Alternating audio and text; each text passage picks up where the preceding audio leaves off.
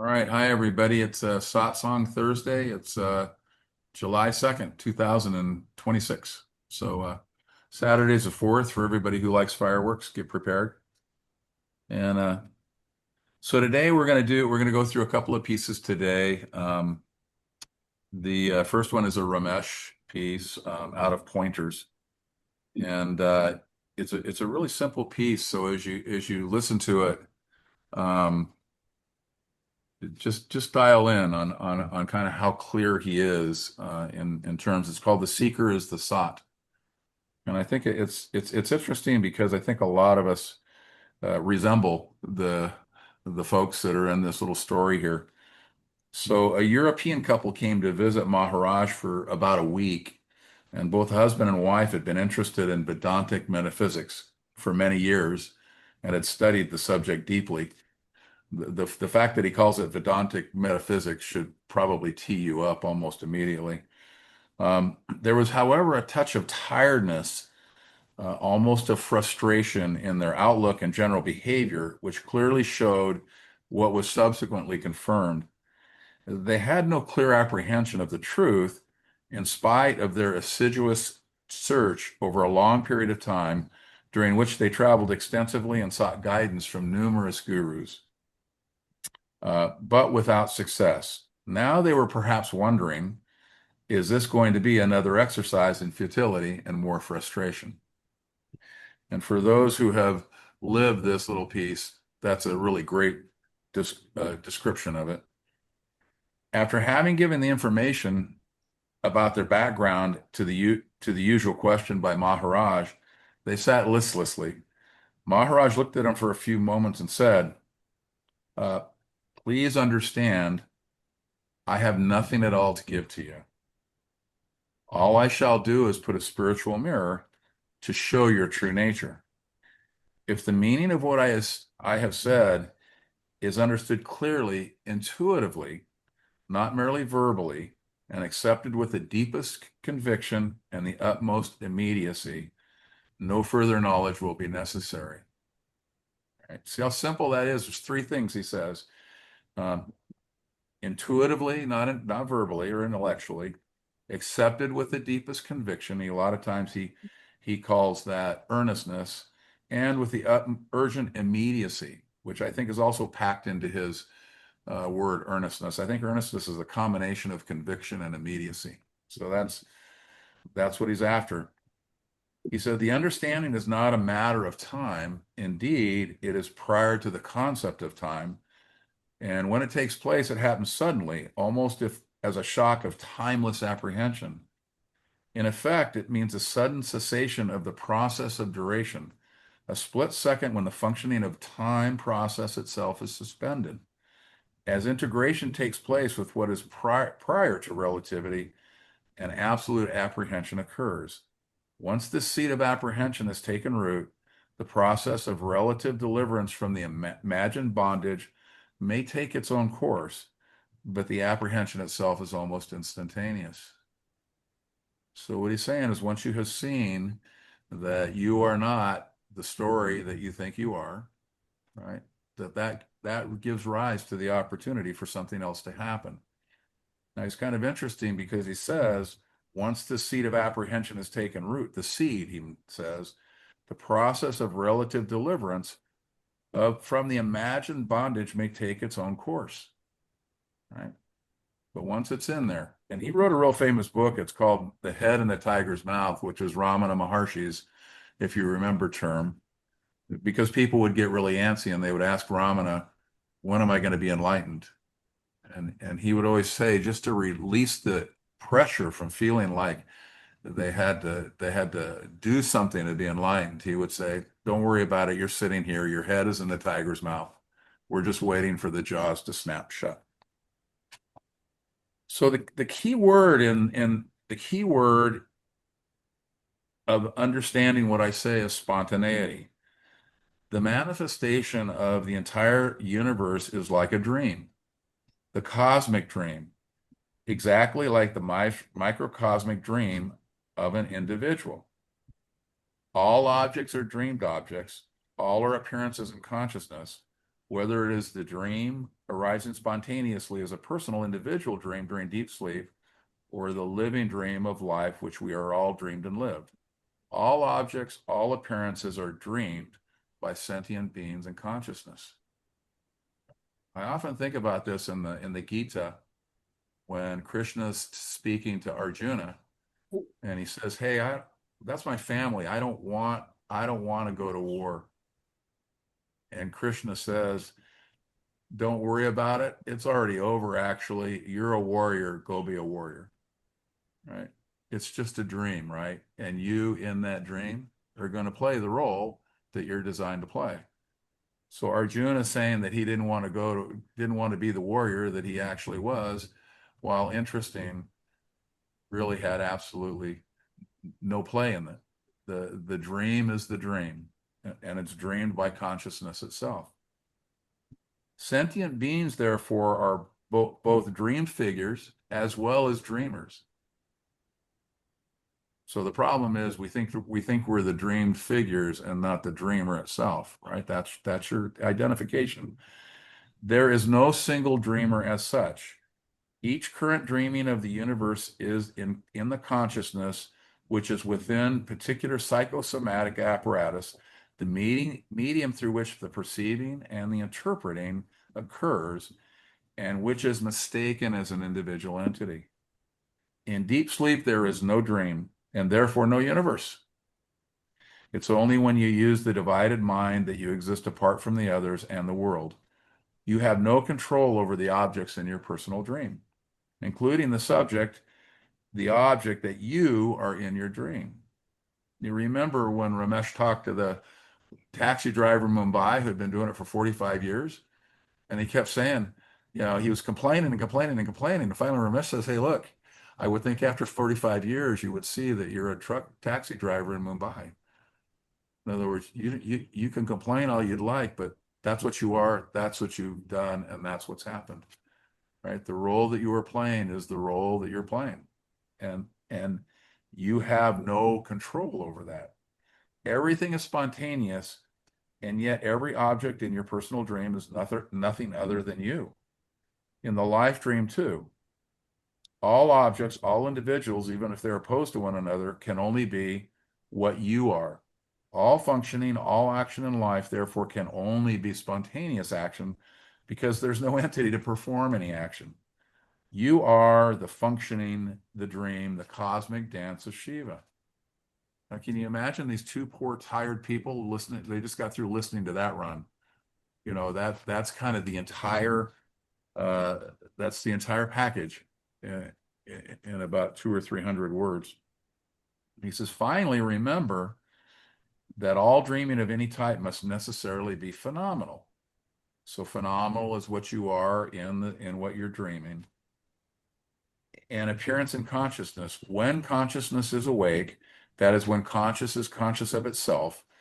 When conscious is not conscious of itself, there can be no dreaming.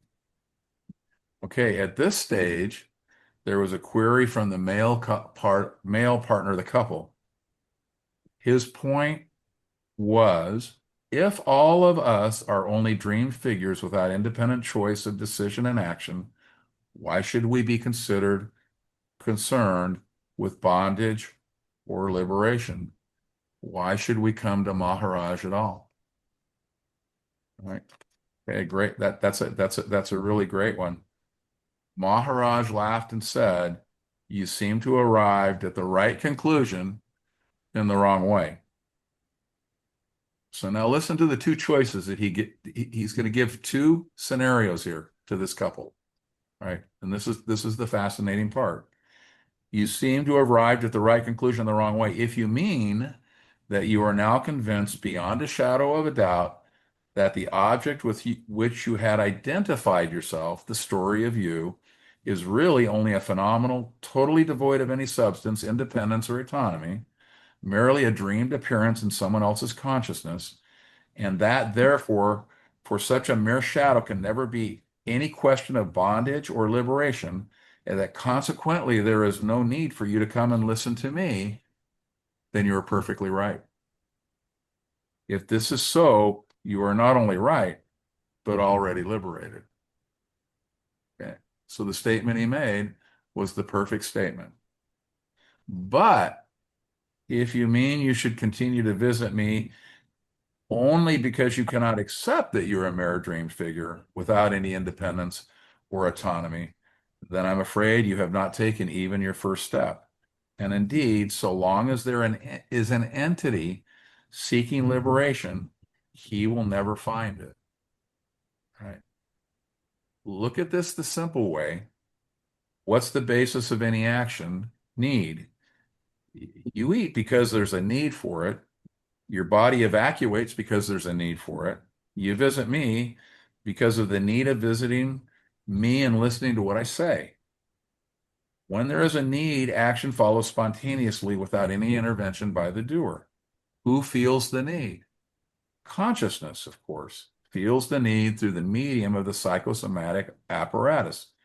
If you think you are this apparatus, is it not a case of mistaken identity, assuming that the burden of bondage, assuming the burden of bondage and seeking liberation? But really, the questioner, the seeker, is the sought. So you as consciousness is actually what we're running around looking for. We're looking for something separate when there's nothing separate. So that's how he finished. And here's the last sentence or two. Absolute stillness prevailed in the room as everybody pondered over what Maharaj had said. The visiting couple sat with eyes closed, oblivious of the surroundings, whilst other visitors gradually filed out of the room. So it sounds to me like they had found what they were looking for and they were stunned. Did you notice the simplicity in what it was that he's delivered here? Right? There's two things in consciousness, right? Either consciousness in its completeness and wholeness, right? And that's who you are, or an extrusion and a piece of consciousness, and you claim to be a piece and not the whole. Those are your two choices. Those are the two opportunities. And when you see that that's the case, there are two things to basically mark down. Did you notice that there's no reason to come and see Maharaj because you can see that you're whole consciousness, but you don't really own that yet, right? You're not convinced and convicted and ready to go. Then you're at the beginning. Now you're ready to start the race, right? If you do, however, own it in a way and it's clear and held and understood, the race is over, right? It's already done and you're liberated. That's the whole thing. In a page and a half, Ramesh did the whole entire thing, right? Fun. So let me now give you the modern version. As you go through this, just so you know, it's kind of fun in the work that we've been doing with the past satsangs. I don't know if everybody knows, but we've been working with the past satsangs, kind of looking at the content and the conversations. Some of the best stuff actually came out of the interactions from the folks in here. So if you see and have something to say, jump in at that point or hold it and wait till the point. But do comment. It's incredibly helpful to everybody else when somebody kind of says, "Oh, here's what I noticed for me." And so if you have a piece of that, jump in. All right, here's one of my favorites. I call it multiply by zero, and there's a little childhood story in here. But let me start with a story that probably everybody knows that I find fun. A proud university professor traveled a great distance to visit a renowned Zen master. He had heard that the old teacher possessed an extraordinary understanding of enlightenment and intended to discover what that was. Now, notice how he approaches this. The master welcomed him warmly, invited him to sit, and suggested they share a cup of tea. The professor immediately began speaking. Can you see yourself in this one? Are you ready? He spoke of Eastern philosophy, comparative religion, metaphysics, psychology, meditation, and the many teachers he had studied. His words poured out effortlessly, polished by years of lectures and intellectual debate. The Zen master listened quietly without interpretation. As the professor continued, the master lifted the teapot and began filling the visitor's cup. The tea reached the rim, then it overflowed. It spilled across the table and onto the professor's robes. Finally, unable to contain himself, the professor shouted, "Stop! The cup is already full. No more will go in." The old master quietly returned the teapot to the table, and then he smiled. "You are very much like this cup. You are so full of your own opinions, beliefs, conclusions that there is no room for anything else. Empty your cup, then we can begin." So anyone who's basically anybody who's practiced a lot of time polishing the ego, I was one, um, will recognize this whole thing. You go seeking something and then you spend the whole time blowing up the whole space with everything that it is that you've practiced for all the years. So not only is it the content, but it's also the delivery of all of that content that you're really, really good at. I used to tell this story. It was kind of a pointer that I like to use, and we would have people come in, and it actually became kind of a comment that people would make, because we would say to somebody would come in and they would do exactly this, and the comment would go around the room: "Teapot full," because of this story. Of course, we were in Los Angeles, so remember, in Los Angeles, there's a lot of full teapots. Just so you know, they'd come and visit you regularly. So it's a simple story, perhaps too simple, like most Zen stories. It appears to be about someone else until one day it quietly reveals that it has always been about you. The professor is not merely an educated man, he's every one of us, because of us has arrived carrying a very full cup, not simply into a room like this, not simply into a satsang, into life itself. We begin in a remarkable innocent condition. Before language develops, before memory organizes experience into personal history, before society begins assigning names and roles, there is simply being. The newborn knows nothing of nationality, nothing of religion, nothing of success or failure, nothing of enlightenment. Then there's only the uncomplicated fact of being. Then the additions begin. Parents, teachers, religion, culture, education, friends, enemies, victories, disappointments, each contributes to another layer. None of these additions are malicious. They're simply the natural movement of human conditioning. Each generation faithfully hands its accumulated understanding to the next. Before long, the child begins to answer to a name, then to an identity, then to a history, eventually to a seeker. The cup quietly fills. As Ramesh Balsekar would often mutter, this is the dubious gift of intellect. Probably one of the things I heard him say more than anything else. He would bet with that. We would get through the time, we would get down to tea, and you could hear him. He would mutter that. He goes, "Did you see that? The dubious gift of intellect at work in the room always." So there's nothing inherently wrong with intellect. It's one of the most remarkable instruments available to the human organism. Without it, we could not build bridges, perform surgery, compose music, or explore the stars. The difficulty begins when intellect quietly appoints itself as the king. Its nature is accumulation. Think about the ego. That's what it does. It gathers, it organizes, classifies, remembers, compares, draws conclusions. The more it accumulates, the more secure it feels. And remarkably, this accumulation becomes the foundation of our sense of self. Now remember, its sense of accumulation, its sense of feeling more secure is that of an addict, right? It gets the high in the moment once the accumulation has happened, so the security feels like it's there, right? And then it completely falls off, and then the accumulation has to happen again. Only the next time it's not quite as secure as it was the first time. But you know how the addict is, the addict never quits. It keeps looking for the next one, right? So that's how accumulation is. Watch almost any social gathering. Very little genuine listening occurs. Instead, we wait for openings to display what we know. One person tells the story, the next person tells a larger one. Someone quotes an authority. Someone else quotes a greater authority. degrees, achievements, experiences, opinions, certainties. The cup is continually being filled. The professor in the Zen story is not unusual. He's simply being honest about what the rest of us have become, remarkably skilled at disguising. The Zen master recognizes something the professor cannot yet see. Nothing more can be added. The next movement cannot be one of accumulation. It must be cancellation. Neti neti. When I was a young boy, my grandfather, Grandpa Ed, had a peculiar fascination with the number zero. I'm 4 or 5 years old now. I want you to know this is really young. He would often ask, Alan, what does zero actually do?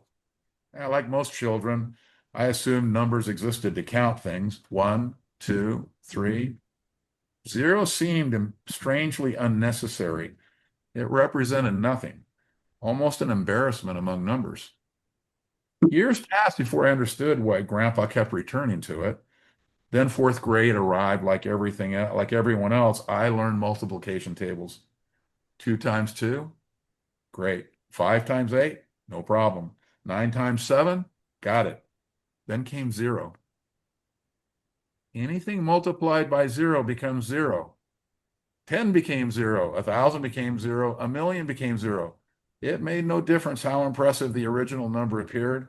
The result was always the same. I remember telephoning Grandpa, and as soon as I understood, he laughed, that unmistakable grandfather laugh, and said, that's the one to watch. Mathematics is a system yearning to be zero. I'm fourth grader. I always remember he said that. Wow. I smiled because it sounded clever. I smile now because I no longer think he was talking about mathematics. I think he was talking about us. Our lives become extraordinary exercises in addition. We accumulate education, relationships, experiences, successes, failures, philosophies, religions, spiritual practices, right?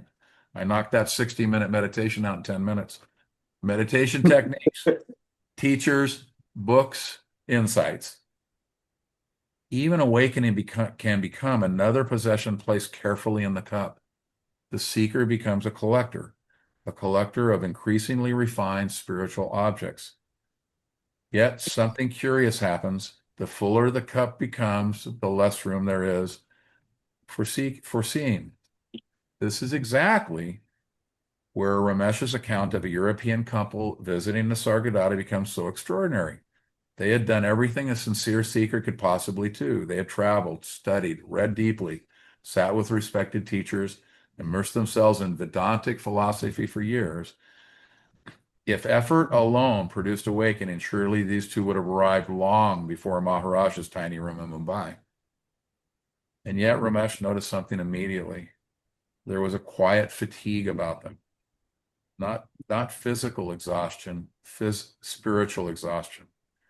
Peculiar weariness that comes after many years of seeking, sincere seeking, when one becomes wondering whether the destination actually exists.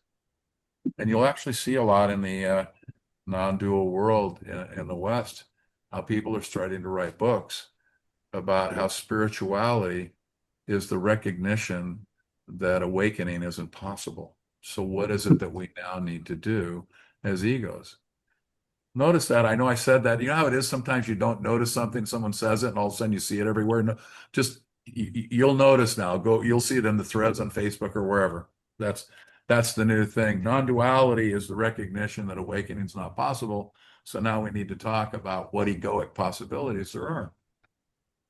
And yet, Maharaj listened patiently. Then instead of adding one more teaching to the already overflowing cup, he said, please understand that I have nothing at all to give to you. All I should do is place before you a spiritual mirror, right? Nothing to give. Imagine hearing those words after years of searching. Nothing. No secret practice, no higher meditation, no hidden doctrine, no final initiation, nothing. At first hearing, these words seem almost disappointing until their depth begins to reveal itself. The Zen master had nothing to add to the professor's cup. Maharaj had nothing to add to the seeker's journey. Both were pointing towards the same discovery. The next step is not another addition. It's the recognition of what remains when nothing further can be added. The mirror Maharaj speaks of is unlike any ordinary mirror. An ordinary mirror reflects appearance. The mirror reflects assumption. It does not show you a better version of itself. It quietly reveals that the one you have taken yourself to be has never possessed the independent reality you imagine. Then Maharaj says something even more remarkable. He explains that if what he's saying is understood, not merely verbally, but not intellectually, but intuitively, with complete immediacy, that no further knowledge is necessary. Pause there. No further knowledge. To the intellect, this sounds almost offensive. How can there be no further knowledge? Surely awakening must involve acquiring something. Surely realization must be the culmination of an extraordinary understanding. The professor thinks so, the seeker thinks so, the ego insists upon it. Because accumulation is the only language it speaks. But Maharaj quietly multiplies the entire structure by zero. Multiply any number by zero, the larger the number, the more dramatic the illusion appears. The result never changes. Think about what the seeker brings to a search: years of study, an increasingly sophisticated spiritual vocabulary, experiences carefully preserved and compared, teachers. How many times we talk about all the teachers, right? Retreats, meditation, moments of silence, insights collected like treasured possessions, entire libraries of Advaitic understanding. The cup becomes extraordinarily full. Then Maharaj quietly multiplies it all by zero, not to diminish it, not to ridicule it, simply to reveal its proper place. Whatever can be accumulated belongs to time. Whatever can be remembered belongs to the story. Whatever can be claimed belongs to the seeker. Even when the mind hears multiplication, it thinks, something more. Then that pesky zero jumps into the middle of it. Is it multiplication at all? Multiply all of it by zero. Nothing real has been lost. What disappears was never what you were. What remains cannot be accumulated because it was never absent. The European gentleman listened to Maharaj, then asked what appears to be an entirely reasonable question. If we are merely dream figures without independent choice or action, why should we concern ourselves with bondage or liberation at all? Why come to a teacher? Maharaj laughed. His response has always delighted me. You've arrived to the right conclusion the wrong way. There is tremendous compassion in these words. The intellect had reached the proper destination, but it had traveled there alone. It had solved the equation conceptually. Recognition had not yet occurred. Maharaj then gently unfolded the distinction. If the man had truly seen without reservation that the body mind was merely an appearance in consciousness without independent existence or personal agency, then there could be no question of bondage or liberation. For whom would liberation occur? For which appearance? For which shadow? But if the question was just simply another conclusion reached by the intellect, then the journey had not yet begun. This distinction is extraordinarily subtle. The intellect loves conclusion. Recognition has no interest in them. Recognition is immediate. It does not argue. It does not persuade. It simply is. That's why Maharaj speaks of intuitive understanding, not verbal understanding, not philosophical. Intuitive understanding, there's a profound difference. Verbal understanding fills the cup. Intuitive understanding empties it. The Zen tradition's always understood this. It delights in pulling, if you know Zen, this is your favorite part, it delights in pulling the rug from beneath certainty. The teacher offers no place for the intellect to stand. Every answer becomes another question. Every conclusion dissolves into silence. Then the cup is emptied. If you remember the story about the Zen master and the disciple comes to him, they're on the second floor and says, all I want's to get enlightened. And the master picks him up and throws him out the window. And he falls 2 stories and pounds the ground. That's Zen. The Sufi tradition approaches the same truth from another direction. right? There's a beautiful companion to the Zen master's teacup. A young disciple asks the Sufi master, "What's the path to God?" The master fills a cup to his very brim and hands it to him. Carry this through the busiest marketplace without spilling a single drop. The disciple returns successfully. The master asks, "What did you see?" "Nothing," replies the disciple. "My entire attention remained on the cup." The master smiled. "So it is with God." At first glance, these two stories appear opposite. In the Zen story, the cups must be emptied, and the Sufi story, the cup must remain full. But look more carefully, the stories are not contradictory. They're describing two movements of the same understanding. The Zen master empties the accumulated contents. The Sufi master reveals undivided attention. One removes distraction. The other reveals what remains when distraction ends. Different doors, same room. Multiply them both by zero. The answer is identical. The seeker often imagines that awakening is an addition, another experience, another realization, another state, another accomplishment. Something remarkable happens when this assumption begins to soften. Life becomes remarkably ordinary. Not dull, not lifeless, ordinary. The body eats when hungry, sleeps when tired, laughs, cries, works, rests. Conversations happen, traffic happens, rain falls, birds sing. The extraordinary need to become extraordinary gradually dissolves. There is no immense freedom in this. There is immense freedom in this because the burden of becoming finally begins to lift.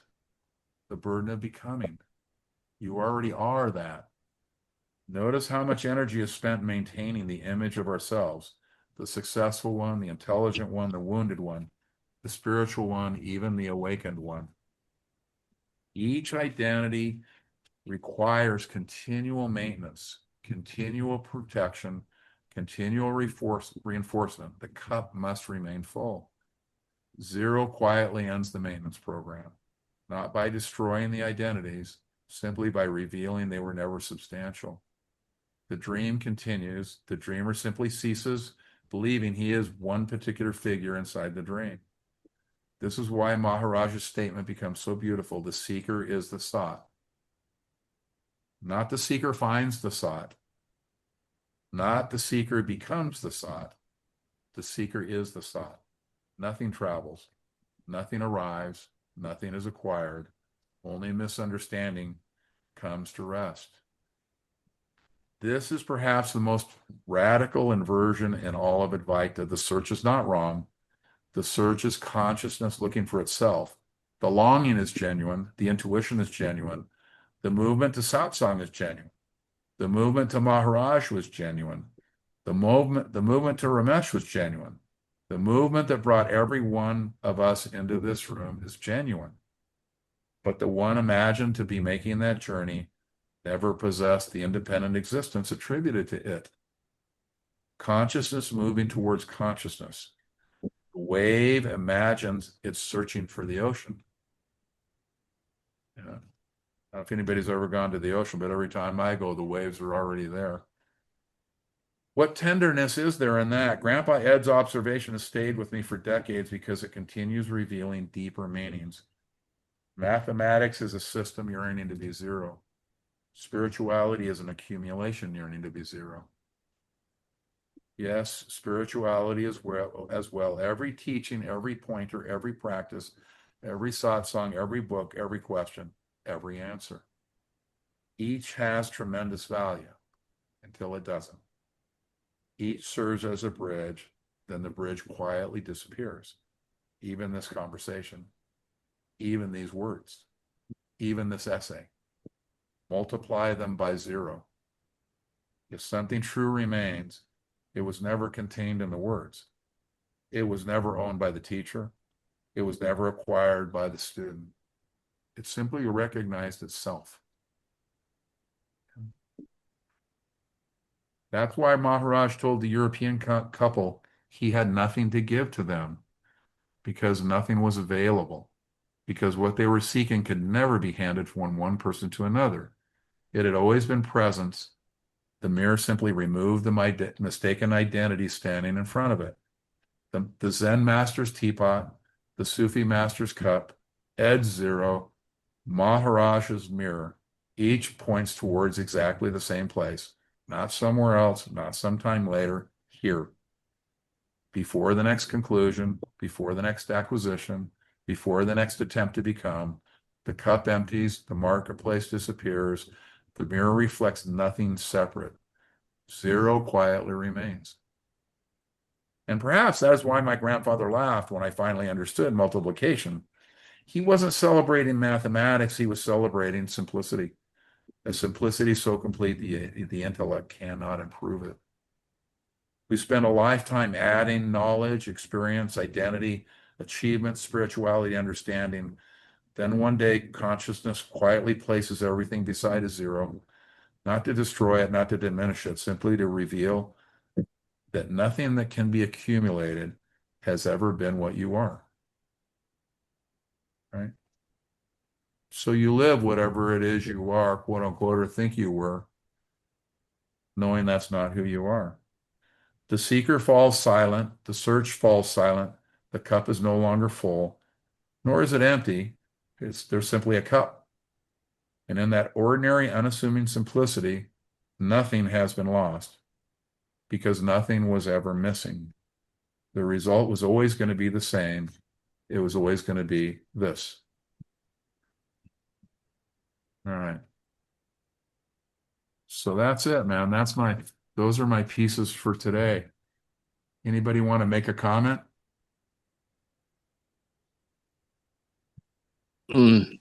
Brilliant. How did it feel? Um, Total, complete, full truth. It was just I'm having a hard time talking. It was just fully complete and just one after another just dissolved any questions or illusion. I mean, if you want to call hammer blows, it's just one after the other. Um, I really enjoyed it. Thank you. Thanks, Ron. How was it for you, Tim? Very good. And I found myself two sides of a coin. Like one side, as you're going into the multiplying by zero and the cup being full, etc. I'm like, oh, of course, of course, of course. This is the most elementary of teachings. I know this. I know this. I know. I don't. I. And then as I'm listening, the other half of me is like, but, but.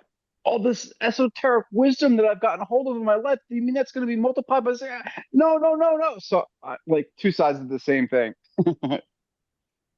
Isn't it amazing? You hear something like that, right? And there's something inside you that says, yeah, that's so simple. That's already mine. I got this, right? It- yeah. When I used to sit with Ramesh, he would say things and I'd be like, oh yeah, I got that. Yeah. And that was the brilliance. And what that was the brilliance was that reaction. Now, of course, the mind is always going to get in there because the mind wants to maintain the belief that it's the necessary driver in the vehicle. It does not like riding shotgun. It wants to be at the wheel, right? So you move it, then that happens. Diane, you need to unmute. The mind is the thing that thinks it's got it. Yeah.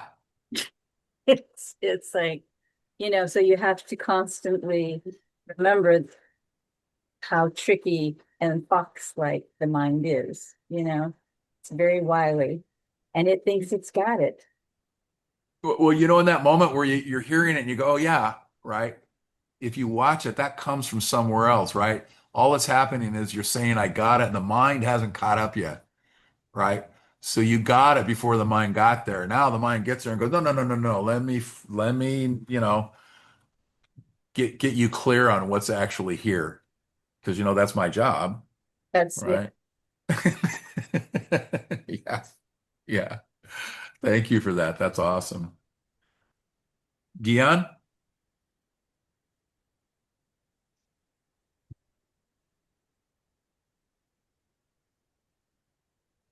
Zero.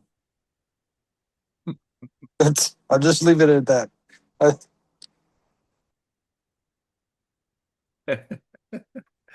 Uh, that reminds me of that Ramesh one because he would always say, well, people would say, well, really all you need to do is, I say this a lot, all you got to do is sit in silence. And he goes, yeah, but you keep asking me questions. So zero is the appropriate response. That's perfect. I love it. There were so many Dan, Donna. places that my mathematical mind was going with Oh with yeah. all that math talk, and Well, especially because multiplication is nothing but repeated addition. So you're just repeatedly adding things, this and that, thinking, thinking, thinking. well, you can see as a child that I actually, like grandpa kind of led me to this place where this is really cool, this zero thing, right? So I remember getting into college or high school or college right in that time, and somebody says, "Hey, let me tell you about calculus." And I remember saying, "What's calculus?" And they go, well, calculus is the mathematics that gets you closest to zero without getting there. And I remember going, well, why would you want to do that? Because I'd had this experience with ground zero is cool. Well, we want to get to zero. We don't want to get as close as we can without getting there. Why would you want to do that? And I always remember, oh, these other folks must think not getting to zero is pretty cool. You know? Yeah, why would you want to have a part of mathematics that tries to get to zero, but just almost? Not But quite. it didn't exist right away. Right. So that was quite the discovery, zero. Yeah. Yeah. Donovan, Dan, anything to say? You want to go? Can you hear me? Yeah. Um, it's interesting having spent the last few days here and everything just does what it's supposed to do. We were talking about that today, and we overthink. And I remember you telling me years ago, the only things that are really important are what you can feel. And it's so hard in the world that's moving so fast to get to where you can just be and feel, which is maybe, I don't know, moving towards zero in some sense. But yeah, I've always been fascinated also with zero is everything and nothing at the same time. Yeah. And the everything, that was kind of the Sufi version, right? And the nothing was the Zen Yeah. version. Like they were coming two poles that actually are one thing. And the I don't know if it's an irony or strangeness that it's the nothing that has the power to reduce the everything to nothing. Because it always was and it always will be, right? Yeah. Yeah. Yeah, the rest of it's only here for a visit. Yeah. It's there so zero can do its job. Yeah. Can bring it back to nothing. Yeah. Yeah. Yeah. I was just going to say, for me, it seems like there's almost has to be layers or levels or perspectives because a lot of this stuff is like I can get it intellectually, but as a felt experience, I don't see how I wouldn't be my ego. I wouldn't, I mean, how to participate to, it seems like that's the filter that I use to interface with the world. Right. And so that's going to happen, right? The question is, in that happening, is that what you think you are, or is there an occupation of a much larger space, if you will, with all of that happening anyway? So it's sort of a background felt sense of what you're Well, talking about behind the action of the ego. well, it's background until it's not, right? So the whole movement of awakening, right? That's what, like I say, that's why Krishna and Arjuna were talking about, because what Krishna's trying to do is to say, rather than being concerned with the fact that you think you make a decision about whether you go to war or not, drop that. That's already done. When the mind isn't involved in that conversation, then what's there? So now the depth has its opportunity to show itself. So that's all that's going on. But here's what happens is I often use the idea of balancing on a bike, right? So if someone leans to the right, the instruction is going to be lean to the left, lean to the left. Now you don't want to yell that at everybody, because if you already lean to the left, you know what happens when you yell you lean to the left? That's not such good instruction, right? So if what we are is occupied with the image of ourselves, and the spiritual consciousness that we are is covered, it's not seen or it's not experienced because of that, right? Then what are we going to talk about? We're going to talk about that bigger piece all the time. So you come to a satsang and we're talking about that bigger piece. And then the impression is, oh, they're disregarding the other piece, right? Well, that piece is you too. It's just not being identified with it is what we're after. So it's like we're just trying to balance the bike, right? But the way to balance the bike is to see what the lean is. Now, the lovely thing about spiritual movement is that you're rarely going to meet somebody who's not leaning into being identified with the little things out there and missing the Yeah, big yeah, piece, right? So everybody's bike's leaning the same way, yeah. right? But But there's no. so it's disidentification is not death of the ego. That's correct. There's Okay. so when they talk about the ego being obliterated, Yeah. right? You hear that all the time, right? Sure, What of gets course. Yeah, what gets obliterated isn't the ego, right?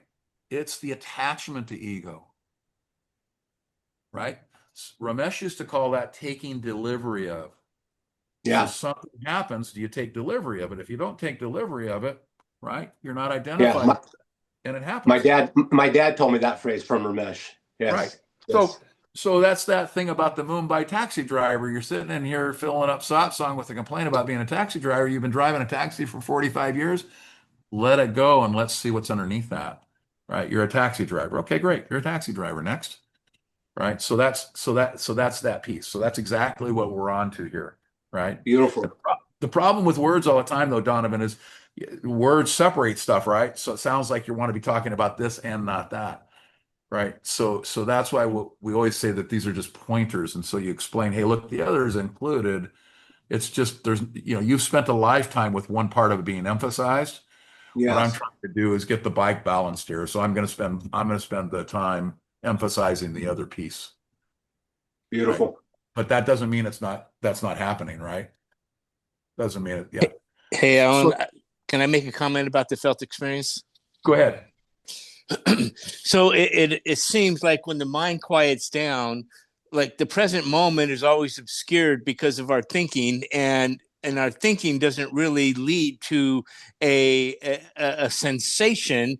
Is we're preoccupied conceptually, but when the mind slows down, there's nothing else to do but be with what is. And is that not the felt experience? Is just you can't escape what's being lived through us. Right. And but the mind, we escape it through the apparatus telling us stories. And but when we settle in beyond the thoughts, then there's nothing to do but be with the experience, which would be described as a felt experience. And would that not just be sitting on the I am as everything's arising? You're with it. You're feeling it as it arises in the present moment, and there's no distraction. Is that a correct analogy for the felt It is, and experience? then you know that the I am itself gives way at some point to Yes, yes, but yes. that's next. But I'm sorry, But it gives way to what? I'm sorry, it what gives it way to gives way to absolute what? awareness. It gives way to absolute awareness. Another level. So the Well, it's process seemed. I'm sorry. Go ahead. go ahead, Ron. Well, I'm just saying the process seems to go from chaotic thought to a more subdued thought to a settling into the acceptance of what's arising, being with what's arising, um, uh, because my personal experience is there's nothing I can't escape anything that's arising and how it is experienced. So anything that's deep within, like you always say, you got to drill down. So it seems like there's no life experience that is held in identity that doesn't have to be released in some way. And it's usually in the witnessing perspective that we see that we have this sense of feeling as things are moving through, until you're not there anymore. I was rambling there, but I was just Well, that's trying fine. to. No, I think you're on the right track. I think you're on the right track. Okay. Just stay with it. You're fine. You're fine. So let me go back to Donovan. So when you talk about another level, so that's when we talk about pieces. So absolute awareness and consciousness, right? So absolute awareness is basically consciousness at at rest or in absolute stillness. And the I am, which is the universal sense of consciousness, is consciousness in activity, so to speak. It's change itself. Live, there's no distinction between those two things, right? In other words, one seamlessly flavors into the other. But when you explain it, it sounds like it's layers because you talk about one and then the other. So next time you watch life happen, notice that what language does for you is it turns a a seamless movement into a bunch of separate things. I often think of when they digitized movies. Did you ever notice you could see the boop boop boop boop boop? It was like a series of and when it wasn't digitized, it was just a single movement. Mm-hmm. Right. So whenever we're taking these things apart, just notice that um, when you describe layers, all you're doing is saying, I want to locate on one piece and not another piece. But the reality is all of it is always arising in a holistic way all by itself, right? So that's even we're talking, lean to the left, lean to the right. So you will always be participating in when you wake up tomorrow, if you're here and everything else is here, and I've never woken up where both of those things aren't true, right? Yeah. Then you will be participating in another day of lived life as a body mind. That's going to be happening. The question is there a felt sense of bondage because you're ignoring the fact that you are consciousness itself and absolute awareness itself, right? If that's what's going on. Go ahead, Diane. What I find interesting is watching the up and down, experiencing the ups and downs, that's going on with that underlying contentment, calm, peace, Yeah,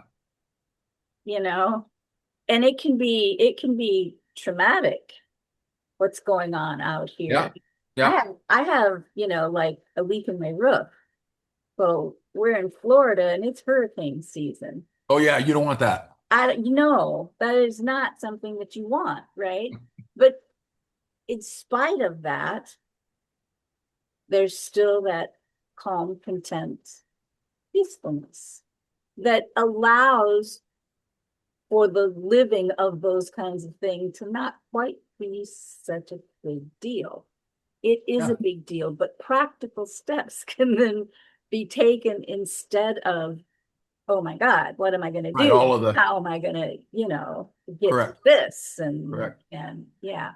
Yeah, no, it was interesting. Dan came in Monday night and we drove back here to my place. And I live on 10 acres, but where the gate is, which is that way down at the bottom of the property, it's dark.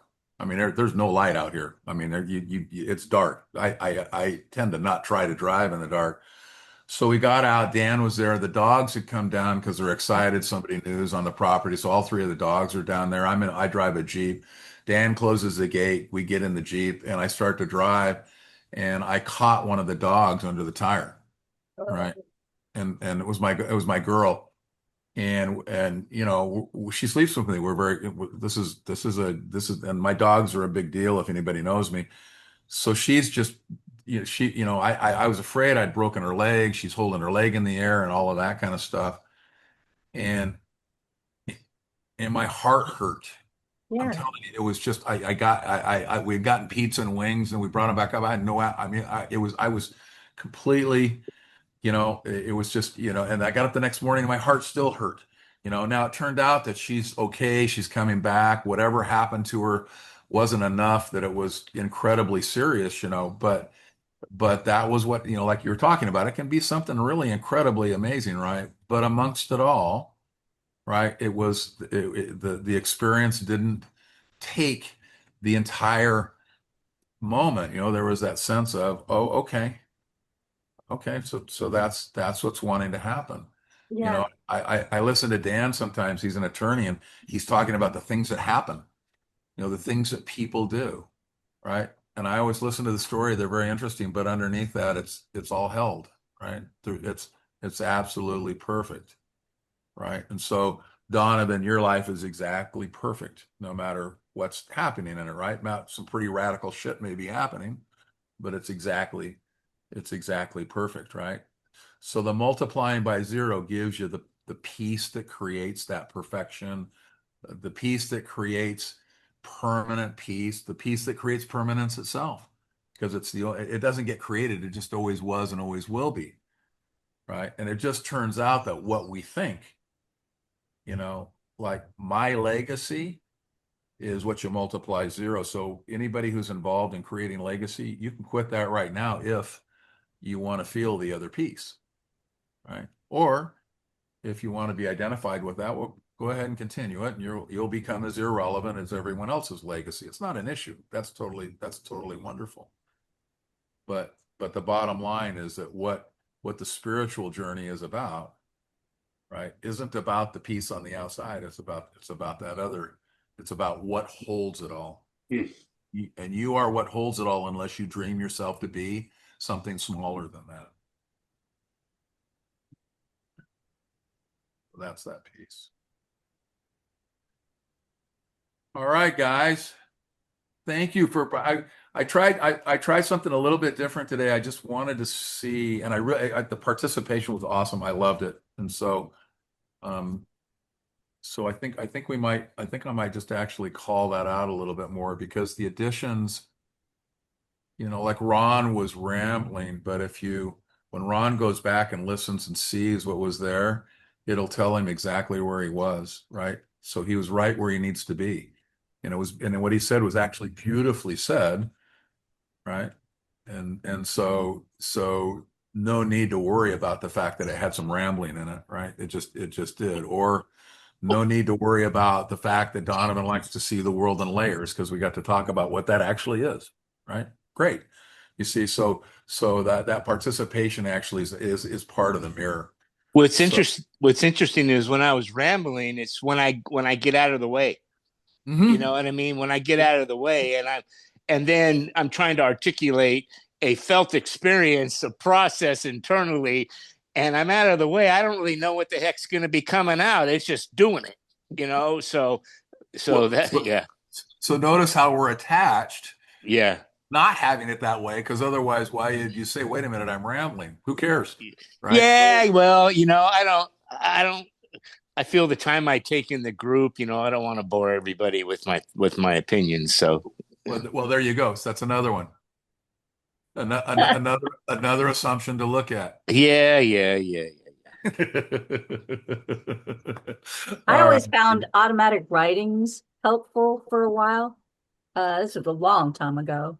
But to sit down with a question in your mind and go, well, what if? And write it and just keep writing, Yep. keep writing, keep writing, and let the mind, do its thing.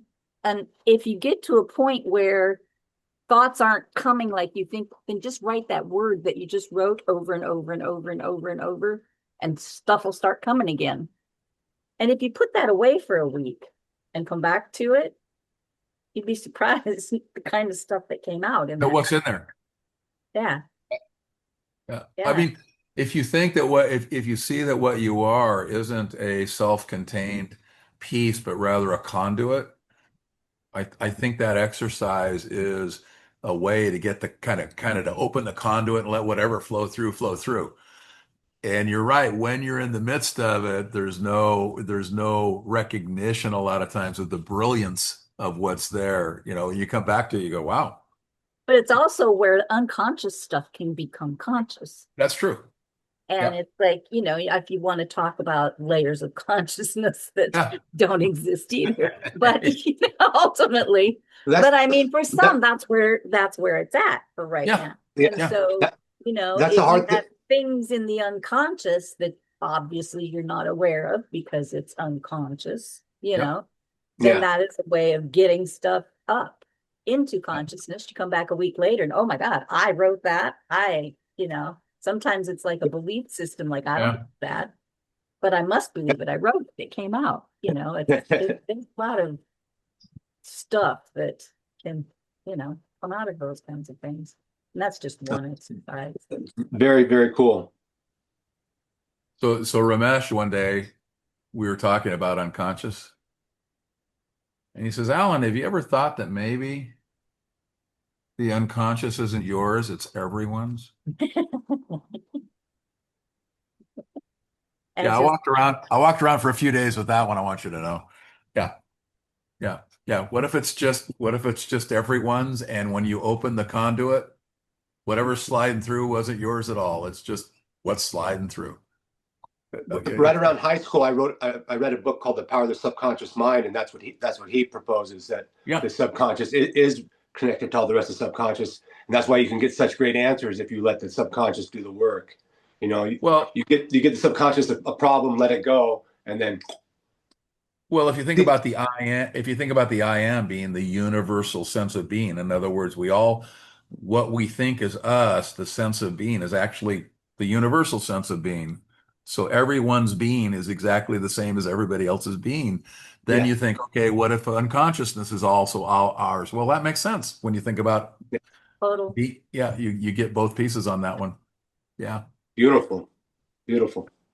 All right, guys. It was wonderful. Thank you all for coming. Much love. Thank I will you. see you next Thursday. No idea what we're going to do, but I'm sure we'll do something fun. Looking forward to it Aloha. already. Down. Right. Take care, y'all. Much love.